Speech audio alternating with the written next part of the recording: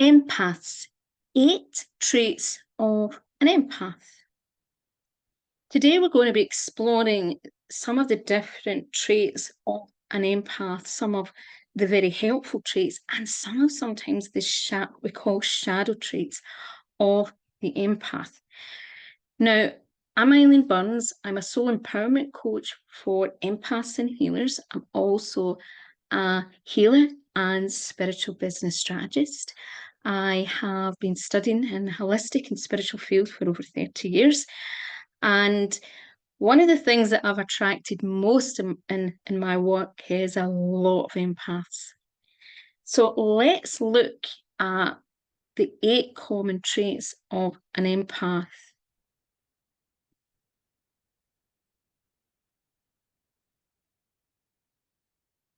So the number 1 trait that we're going to explore first is the sensitive person, or the most sensitive person. Now, many empaths are sensitive, and some would actually be regarded as a highly sensitive person. Now, one of the things that you'll understand about an empath, it's like everything, if there's different degrees of empathy. And there's many people who think they're an empath, but as many specialists say, a lot of people who think they're an empath are not always empaths for a variety of reasons. But we all do have different scales of empathy. When we look at someone as extreme in their narcissism, they lack empathy. But that scale can go down, it can go up and up and up and up in the level of empathy. So many empaths do tend to be more sensitive. They tend to be deeply sensitive to the people, animals, and environment around them, and they feel more deeply than most, and they can easily have their feelings hurt, particularly if they've not worked on their wounding, right? And it's like, if we think about the highly sensitive person, they feel very deeply. Now, there is some teachings that will say that both the empath and the sensitive are just coming from trauma. And even though there is, what some people will call the opposite scale, and we all aim for balance within our life, one of the things that I saw is in my work, the amazing gifts that many sensitives and empaths have that they wouldn't have if it wasn't for their level of empathy and sensitivity. So sometimes, that's even a polarized way of looking at it. So I think that it's about understanding. I believe in nature and nurture, and I think we all come in with different essences and different gifts, but we can get out of balance. And if we look at the empath as an archetypal, if we look at it from an archetypal perspective, it has shadow elements and it has light elements, okay?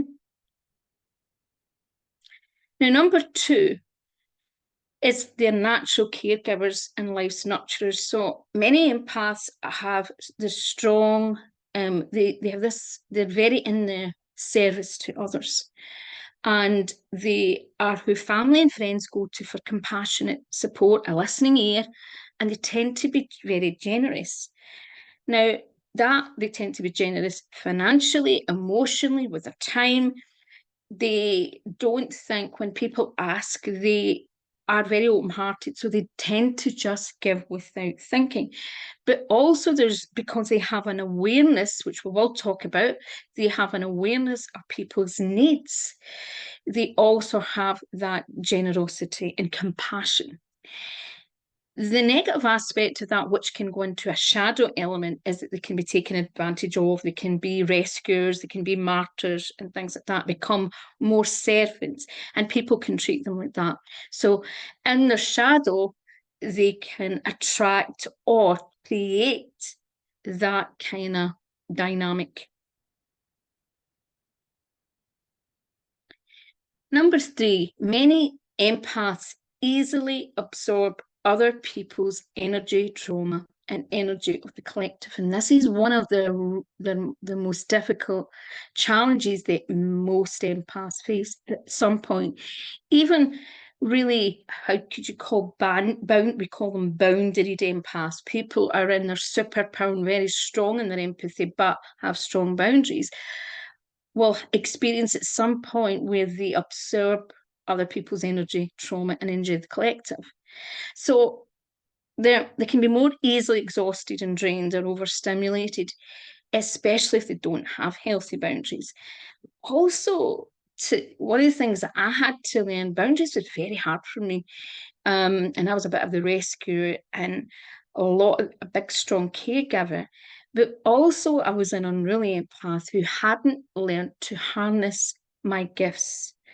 And once you start harnessing your gifts and also working on your wounding, things get a lot easier. Number 4, they tend to be highly intuitive and spiritually open. They just naturally tend to be more spiritually and psychically aware. Now, if we think about the sensitive person, often the sensitive person, first and foremost, is they feel deeply. The empath senses deeply and tends to be more energetically aware and aware of patterns. It's like they can sense, see, and notice small clues, but be very more aware of energy, right? Their 6 senses are far more developed. So a lot of empaths are psychics, mediums, healers, and visionaries. And that's why some of the most effective healers are psychics and mediums are empaths when they have it balanced, because they can sense energy in a way, and the highly sensitive part in them as well. This combination helps them recognize patterns and see things from a higher perspective if they're in their power. And that's the key, if they're balanced and grounded in their power. Number 5, they have finely tuned senses. Now, we talked about generally fine-tuned senses in relation to being more aware energetically and emotions and things. But they're also finely tuned in senses, as in they're more sensitive to practical everyday things that are in our life, like noises, smells, textures, crowds. And they can really suffer from this sensory and information overload, which means that because they have got that sense, like some of the traits of this highly sensitive person, or all of the traits of the highly sensitive person, and the empath, they're picking up energy, they're sensing things in ways that other people can't sense. So if they go into a crowded room or they're in a family with a lot of people, it can be information overload, especially if they've not learned healthy boundaries. But also, no matter even if they have healthy boundaries, it can be a lot to process. And sometimes we all get tired, or we have a long day, or other things, and the empath has to be very boundaried and more strong and resilient with their energy, and be in balance with. There's different aspects of the archetypes, and just different aspects even with the feminine and the masculine, to hold that power and to hold the energy. Now, they can be sensory sensitive also, but also at times develop sensory processing issues. And this is a challenge that I had particularly. So what can happen if they have other vulnerabilities, maybe health-wise, or they've had injury or physical trauma, which affects some of their senses? I know for me, I started losing a large part of my sight in my 20s and one of my eyes, and that left me with then other challenges that had impacted. I was already very sensory sensitive. It would appear then that I had some sensory processing issues that actually became a big problem, and I ended up with some brain smudging, which caused other problems. So sensory sensitivity is a common thing with sensitives and can be a thing that shows up in empaths. And obviously, as I said, to different degrees. Now, number 6, Many empaths are actually introverted, but they can also be slightly extroverted. Now, I am they call an is it ENFJ, which is it the Myers-Briggs scale. So even though I would say I'm an ENFJ, I can become very introverted. I go one way and the other. I need plenty of alone time, right? I'm very easily depleted and I need my space, right, to rebalance, recenter. And it's just how I process and how I be in my life. I like me time, I like space time, I like alone time. It's healthy for my being. So many empaths need that to ground and center. And it helps them, even if they're not introverted, it helps them when they go back out into the world and show up. It just is more healthy for them. So empaths tend to need a lot of alone time and space to recharge their mind, emotions, spirit, and vital force. So this is really important. Number 7, empaths can actually struggle with intimate relationships, and that doesn't even have to be a romantic relationship or anything. It can even sometimes be with close relationships, friendship, where someone wants to spend all their time with them or be in their space or whatever all the time. The empath can easily lose their identity for quite a few reasons, right? They can struggle to know their own needs and wants because of their strong awareness of other people's needs, wants, and emotional suffering. Now, if, for example, you have some of the shadow traits of the rescuer or the caregiver where you're constantly just giving and you are always aware of other people's needs and you that becomes your default, well, guess what? You're only thinking about others all the time. And many empaths from their childhood can have wounding that they may have. Some people, it's more neglect, where sometimes there's neglect for empaths, where they were maybe their needs weren't met and they were maybe a caregiver. So some empaths as children were caregivers or mother helpers, or some empaths do have abuse, but so many other archetypes and other types of people have these issues as well.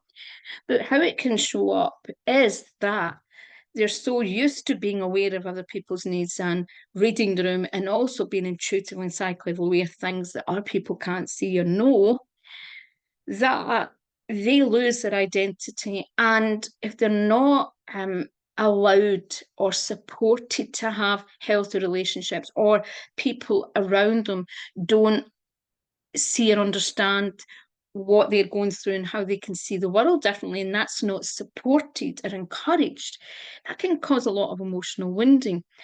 And they can really struggle to get that balance. So that can be a common challenge with many empaths, particularly if they're a suffering empath or an unruly empath.